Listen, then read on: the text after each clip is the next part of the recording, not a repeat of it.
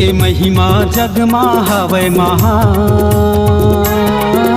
यीशु के महिमा जग मा हवै महान। वो बचाए है हमला क्रूस में होके लहू लुहान। वो बचाए है हमला क्रूस में होके लहू लुहान। जिंदगी माँ यीशु मैं करी हूँ तोर गुणगान। जिंदगी में यीशु मैं करी हूँ तोर गुणगान। तै बचाएगा हमला क्रूस में होके लहू लुहान।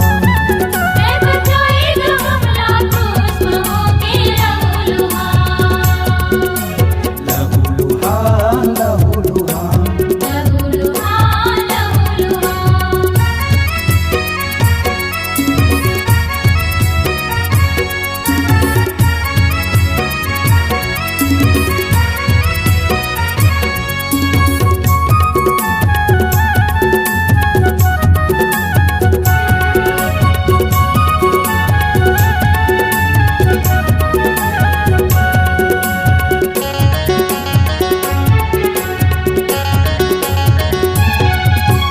जैसे दुख उठाए यीशु राजा हमला दुख उठाना है।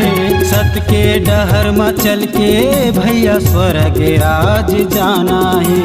सत के डगर में चल के भैया स्वर्ग राज जाना है।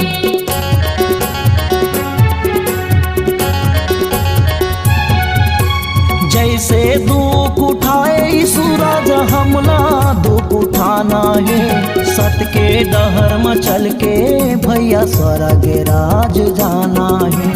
सत के डगर में चल के भैया स्वर्ग राज जाना है। यीशु नाम के होवे बखान। यीशु नाम के होवे बखान। वो बचाए है हमला क्रूस में होके लहू लुहान।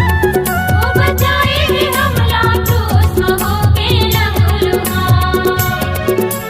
लहू लुहान, लहू लुहान। लहू लुहान, लहू लुहान।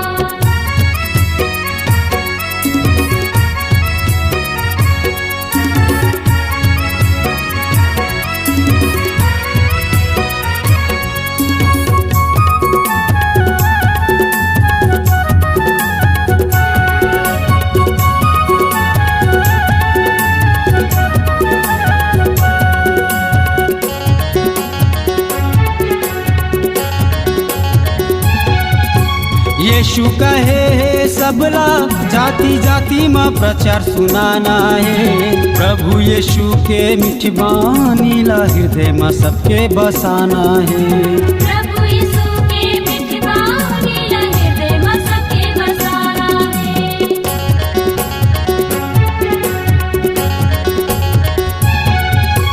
यीशु कहे है सबला जाति जाति में प्रचार सुनाना है। प्रभु यीशु के मीठ बानी ला हृदय में सबके बसाना है।